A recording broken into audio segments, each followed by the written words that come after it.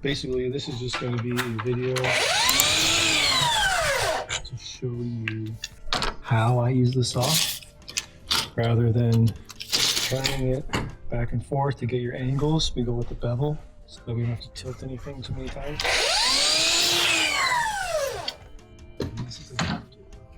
Usually we don't. Left my tables for the saw stand at home.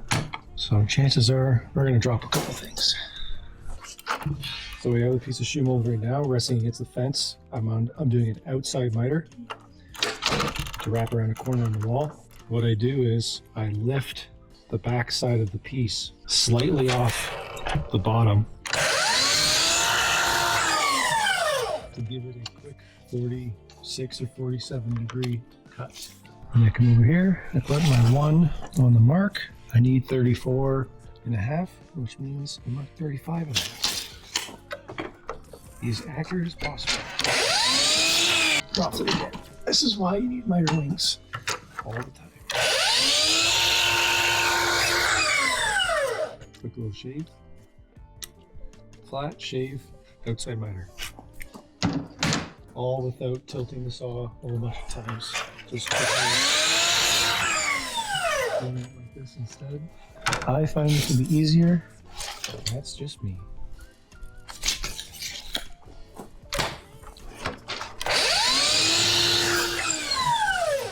Hopefully, this video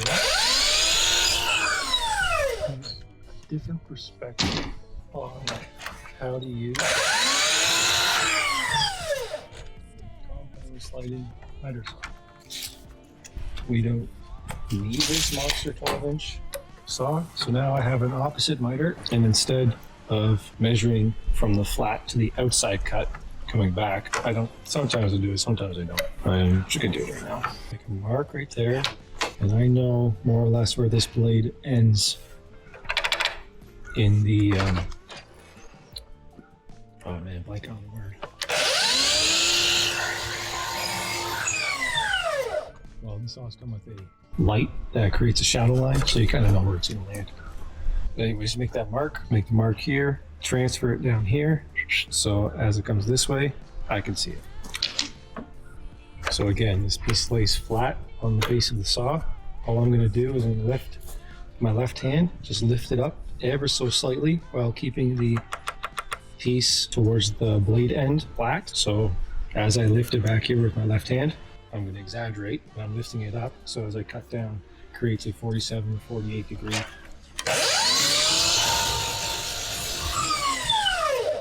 and keep it to 46 or 47, but since you are eyeballing it, it will be whatever you make it.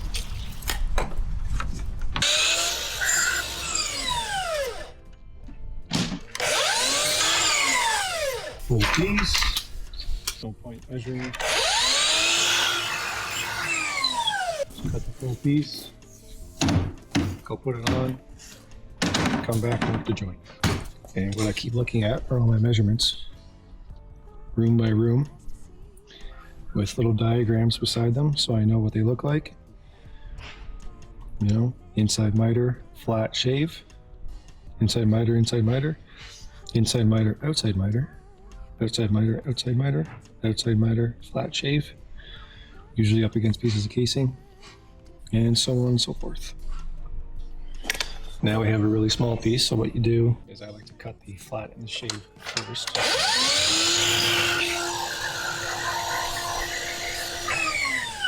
Flat and shave first, and then cut the miter.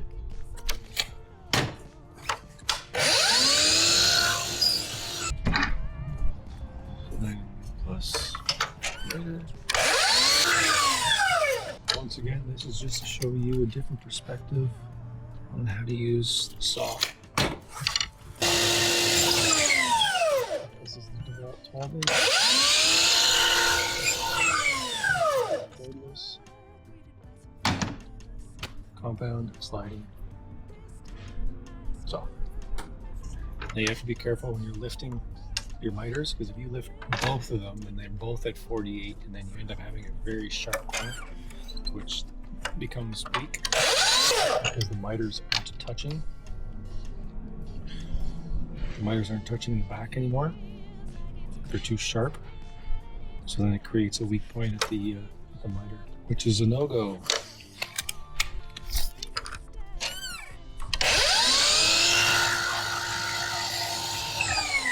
Okay, that's pretty much the gist of it. I try to keep this video as short and brief we put up on YouTube.